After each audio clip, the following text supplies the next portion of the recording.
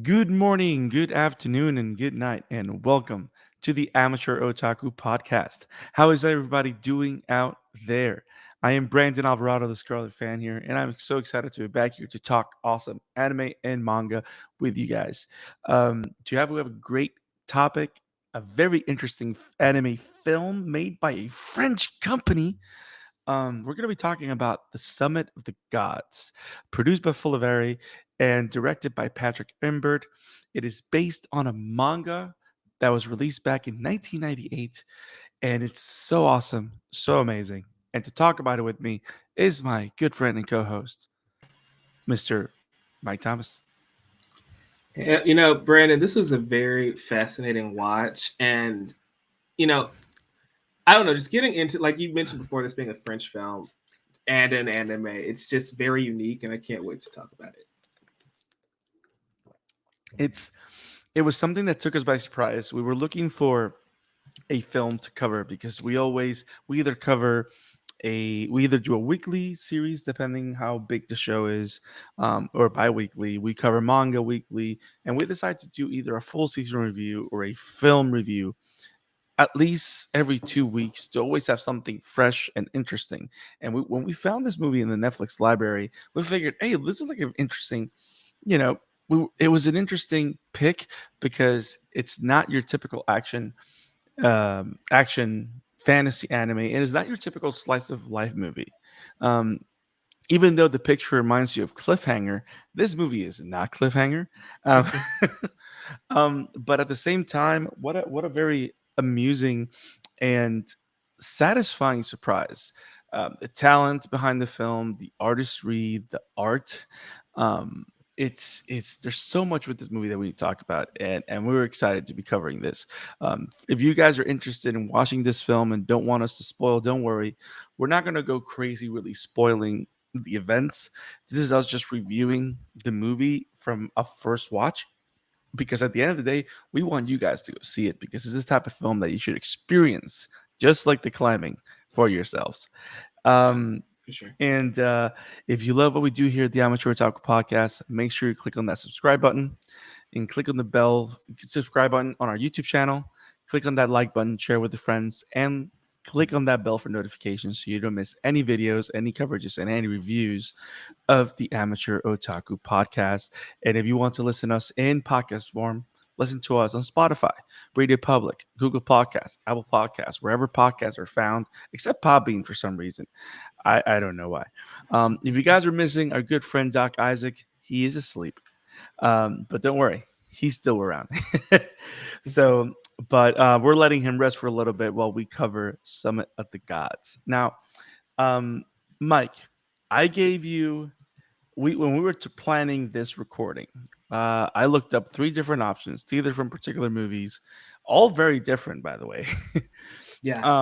of movies to pick to choose to cover here on the show. And you picked Summit of the Gods. Is there a particular reason why you picked this one? Well, of the list that you gave, this is one of the films that I did hear about, especially with it being a recent release coming out last year. And it being based on a manga from 1998. I felt like it's an older story, but it's a new like adaptation, which I thought would be kind of Yes. cool to kind of Mm-hmm. experience that idea. So that's what really stuck out. It's funny because the Netflix description, which is where we were kind of pulling this from, doesn't give you a lot of information on what is actually Right. going on. Right. And so this was like the as blind of a watch as we can get going into this movie, and I think that made it 1,000 times better. 100%. 100%. It's it's it's it's funny that you say that it's a new adaptation of something old, because this manga, its original run started in 1998. In 1998, which is almost what, 18 years, 16 years ago, right? And 1998 would be 24 years ago. I have no idea what math is. Um, so it's a long time, but it won multiple awards, and I can see why, because when when you when you when you watch an anime that's slice of life, because you got to understand there are slice of life elements here, right? Yeah. Because it is trying to portray a corner of the world or a corner of a people, and it's talking about mountaineers and risk takers and people that enjoy climbing challenges that are dangerous. um Hmm. I love how it sets itself apart from the very beginning. And not only that, I like how grounded it is from the very beginning, because from the very beginning you have this sense of you understand what their stakes are. You Yeah. understand that this is not your run of the mill hike in the woods with your grandparents. This is life or death, no oxygen, climbing mountains. And I've never done something like this. I don't think I'll ever do. I think the closest thing I've ever do to Everest is probably ride that weird roller coaster in Animal Kingdom. Um, but It's funny because you mentioned that, and it's like this is a film that shows you how difficult that challenge is, and you kind of walk away from this movie like, why would anybody want to do this? That was terrifying. yes, yes, and I like how this film is trying to capture the mysticism that could maybe justify why would anybody do this. Yeah. And I think that's the most interesting thing about it, because when you watch this film, it doesn't feel dated. Yes, you can argue that you can tell that the equipment is like, you like maybe see like one computer that looks like a very old school laptop, right? Yeah, you see the computer, the cameras, the Yeah. walkie-talkies. That's the only indicator, really. But everything feels authentic and feels like nothing, that like the period doesn't distract you from the story, because from the beginning is raw, is simple, is to the point. um because of the type of animation, which I was looking at the covers of the book. I don't know if you had a chance to look it up, but I was looking at the covers of the book, and the animation is pretty faithful. Yeah. So the adaptation and animation is pretty faithful, and there is this realness to it, this roughness to the designs of the characters and the drawings. And I like how they chose to be faithful to the source material, which makes me think, which I might, maybe one day I'll read it.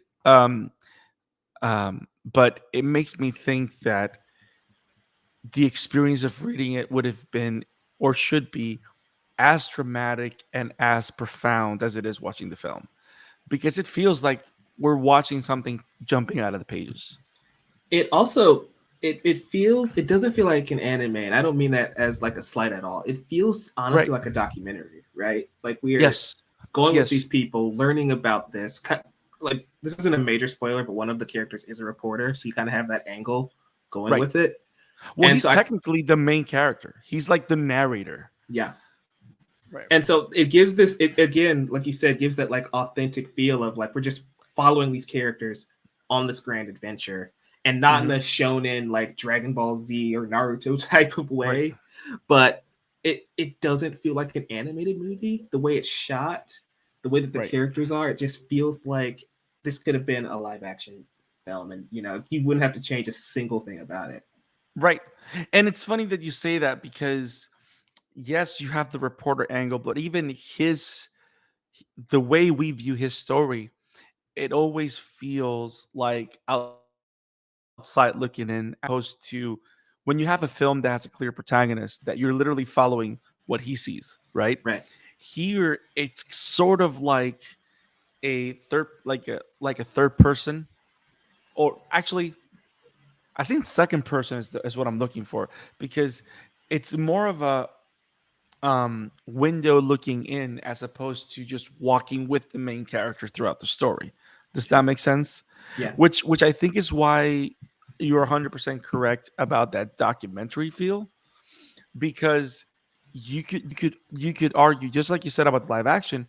Not only that, you could argue that this is a documentary because it's meant to it's meant to capture the realness of everything, the realness of the danger, the realness of the physical hazard and the physical toll that this kind of activity takes on people.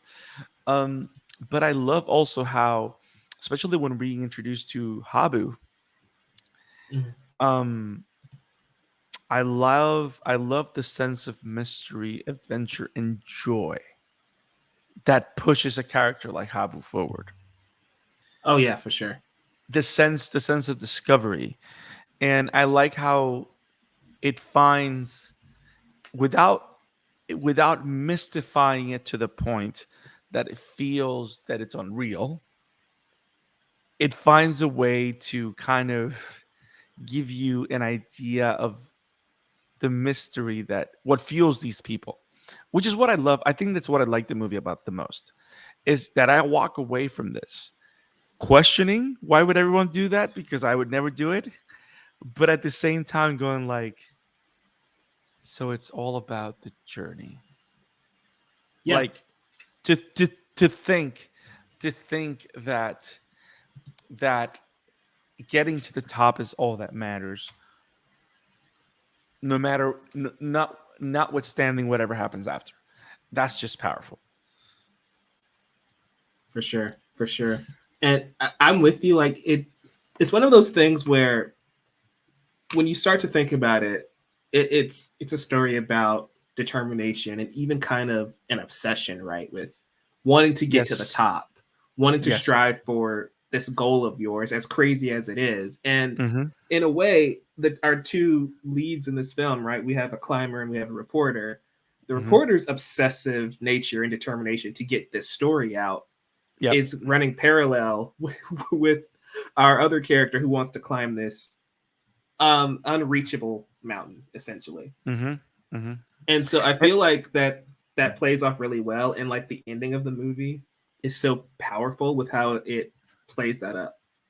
yes, and the idea that even something that, and it also kind of like doesn't glamour the fact that obsession can be deadly, Yeah, which is, I think, is one of the underlying themes of this film, especially throughout the different events that happens to particular characters, is the idea that this kind of any kind of obsession, any kind of obsession has high stakes.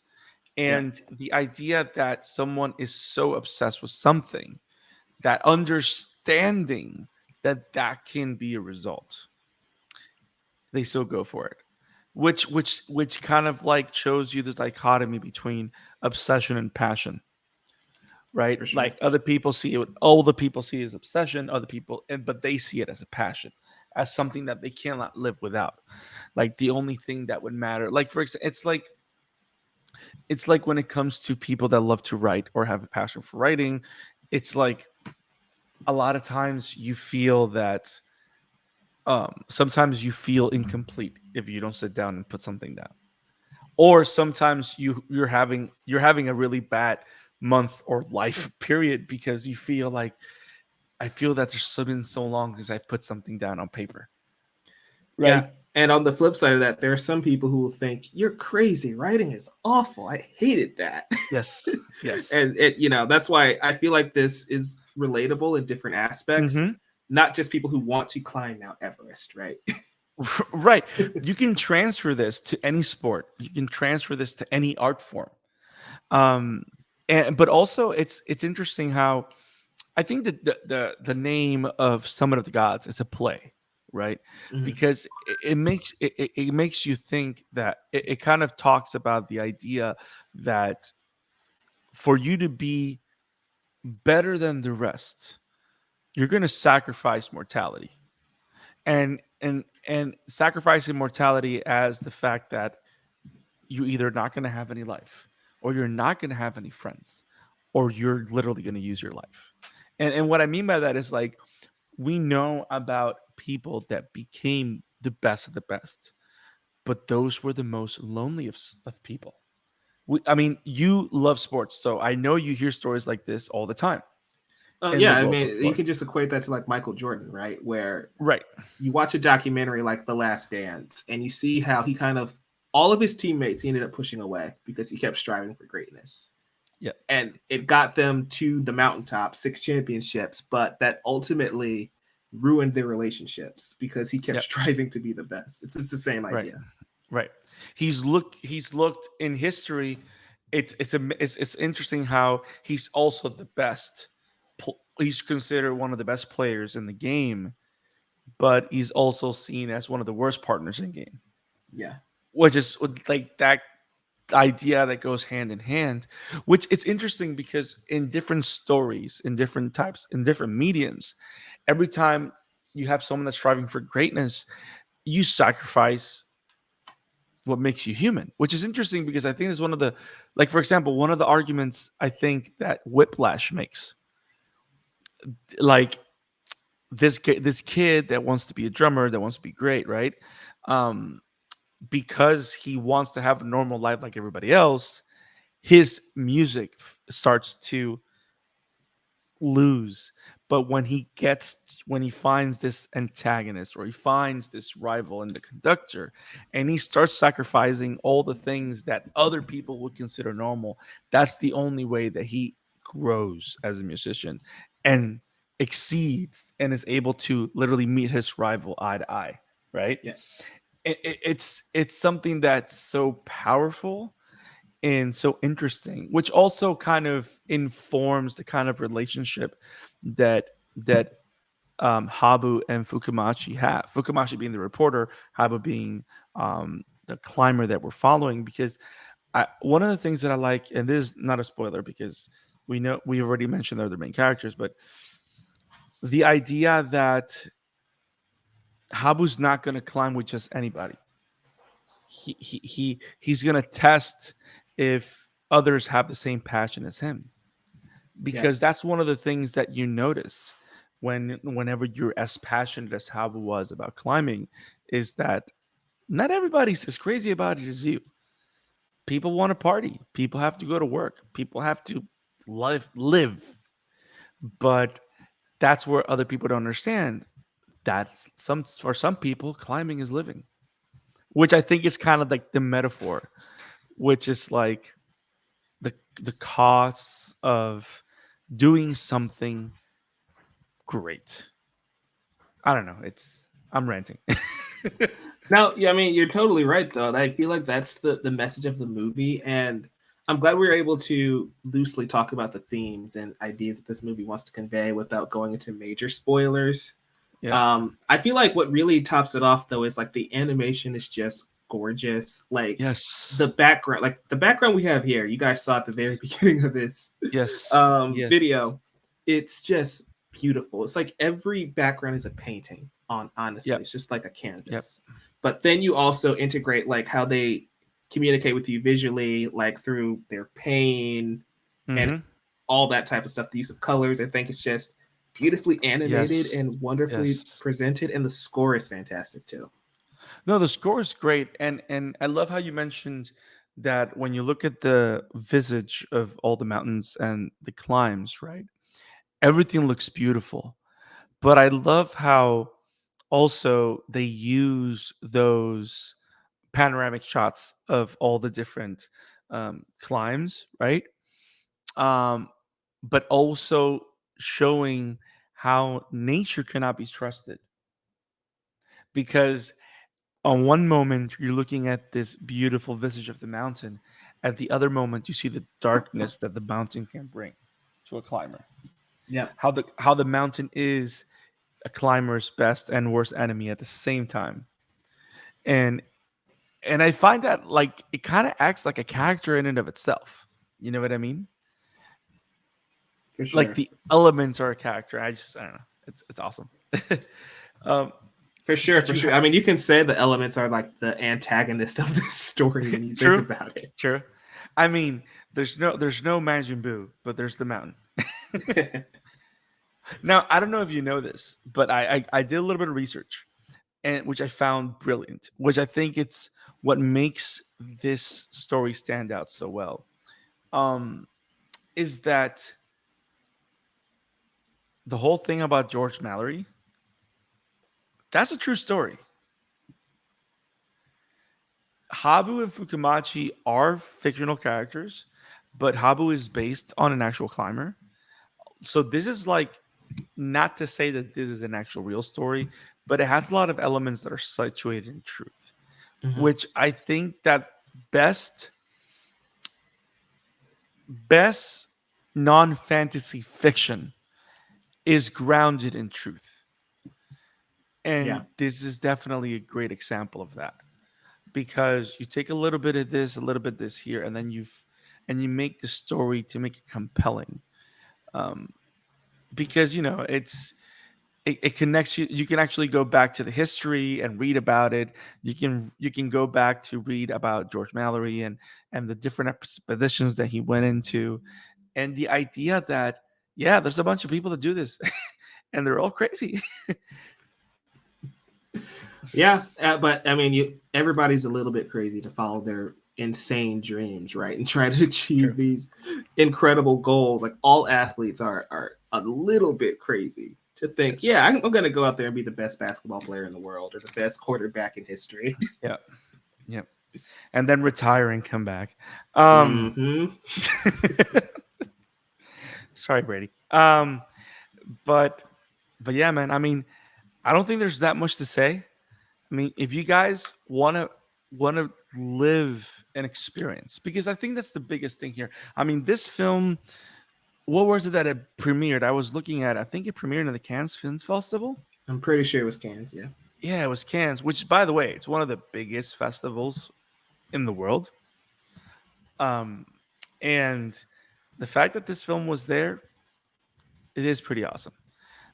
It's not a film for everybody. I do have to say that unless you're interested in the characters or in the topic, and want to look at the view as animation, it is one of those films that, because it have that documentary feel that Mike very well described, it is kind of a slow burn. Yeah.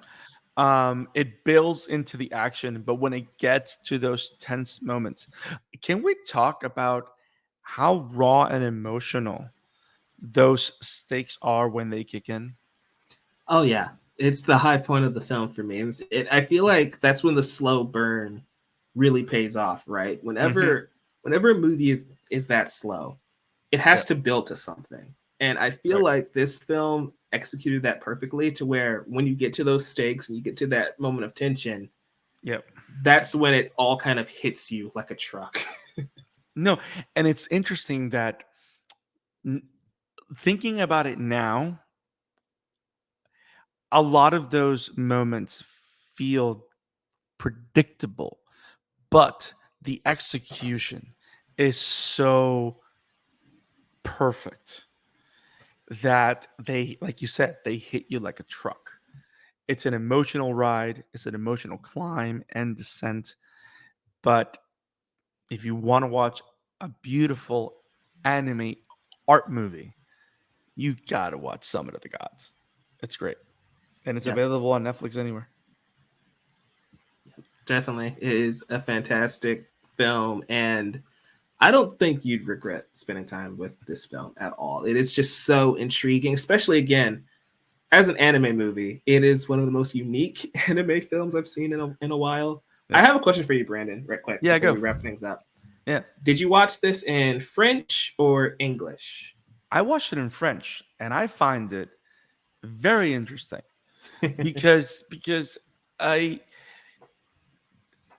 I mean, I'm used to watching dubbed all the time because I like, not I'm not one of those snobs that say dub is better. Eh, Not really. I mean, I think that any version that allows you to enjoy it the best is okay, is the right version for you. Yeah. Personally, I have a preference of watching the original version of the material, right? Mhm. Like, this was entirely built from the ground up by a French company. And can we talk about how they honor the source material, because they could have easily chosen a different art style. Yeah.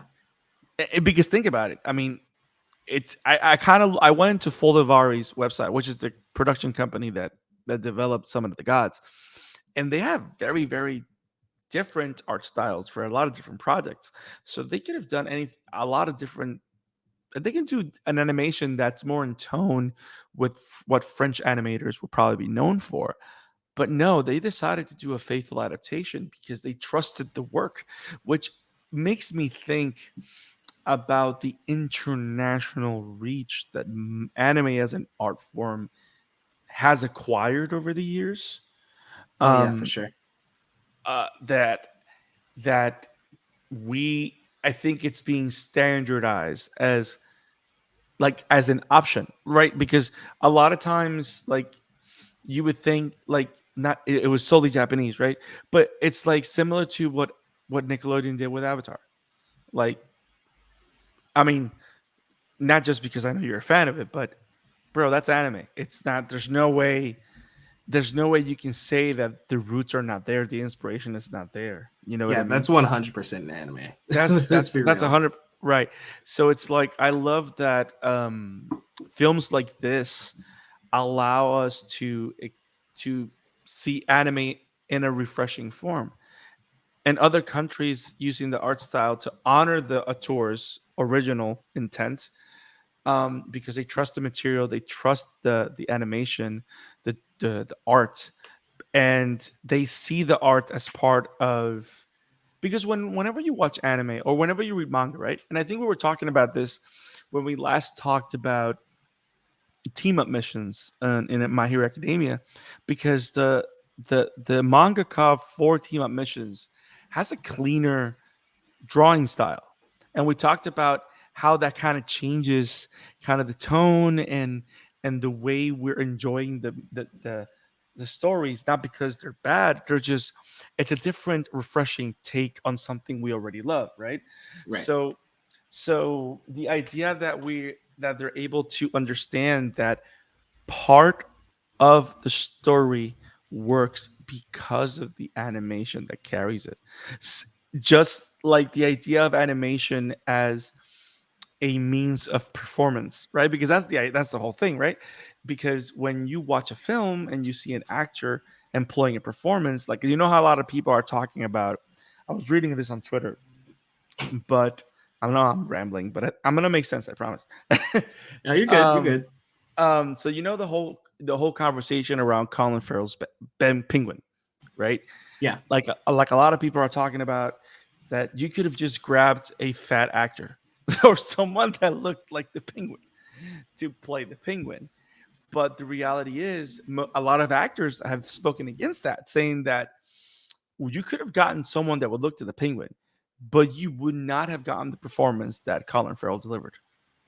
Yeah. Because at the end of the day, using the right tool or the right person or the right actor will influence the performance. And I think that when it comes to art form like manga or anime, the animation style just plays a huge role on how serious or how impacted you are going to be with the story.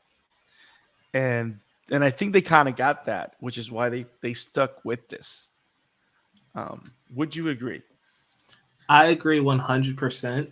I feel like a lot of care went into this movie, and I feel like I know I said that multiple times, but it's from my Yeah. understanding that this group of animators, directors, everybody involved with this film, they love the source material. Because think about it, why would a French studio go out of their way to adapt a 24-year-old manga Mm-hmm. if they didn't have that love or reverence for the source material, right? So it Right. only makes sense that they Right. would try and honor that with the Right. animation. Right. So I think that's why this movie is so good, because No. it took a lot of work, I'm sure, to try and get the Yeah. licensing rights and everything to make this movie Right. happen, and they pulled it off, and it's fantastic. Yeah. It's just great. I'm reading some information here, and let me see. and it took them 6 years to make the film. And what I love about it is that you can kind of tell that this was someone's dream project, and it really worked out in spades. It's awesome. Yeah, So perfect. I was humbled by the summit, um, but it was a great film. I really enjoyed it. Watch it in French, damn it! No, I'm kidding. I ended up watching it in English because Netflix is like that, where it's like, we're just gonna put it in your native language. And so it You wasn't until lazy. I paused it and I saw it said original French subtitles. And I'm like, dang it, I'm already halfway through this movie. I can't go back now. I just have to keep rolling with it. The English dub is good though. So Remember, when you get to some point in the top, you're in the dead zone, so you got to keep going.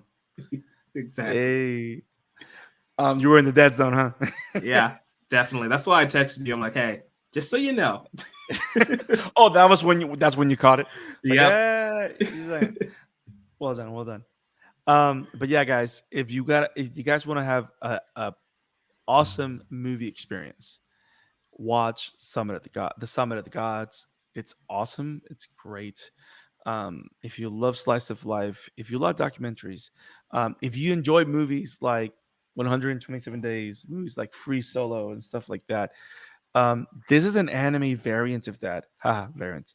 It's an Mhm. anime variant of that you're really gonna enjoy with great, compelling characters. And I really hope to see more studios outside of Japan and Korea and in Asia in general use this medium as a means to tell the story because I don't know, man.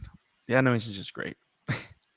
Yeah, it's phenomenal. And Netflix, if you're hearing this, please market your movies because we should not have had to basically do Russian roulette to find this movie.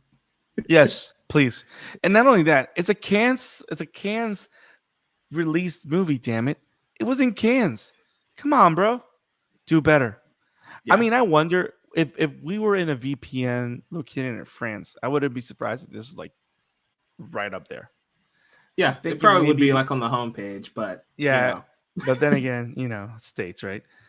Um, okay, guys, that does it for this episode of the Amateur Talk podcast. I hope you guys enjoyed our thoughts on the Summit of the Gods, and you decide to get your gear and go climbing yourself. Don't climb Everest; just watch the movie. Damn it. But Mike, where can people find you, man? you can find me at Novice Cinephile on Twitter, Facebook, and YouTube, youtube.com/Novice Cinephile. And every other week, we're doing the Chatter After. You can follow that podcast on all the podcast speeds: Spotify, Google Podcasts, Apple Podcasts, Yep, yep. everywhere but Podbean, much like this show. And you can follow the Chatter After on Twitter at the Chatter After. And you can find me at the Scarlet Fan 52 on Twitter, at the Scarlet Fan 52 on Instagram, and at the Scarlet Fan 52 on TikTok. Even though I have no idea what I'm doing there, but if you love what we do at the Amateur Otaku Podcast, make sure you follow us on Twitter at Amateur Otaku Pod.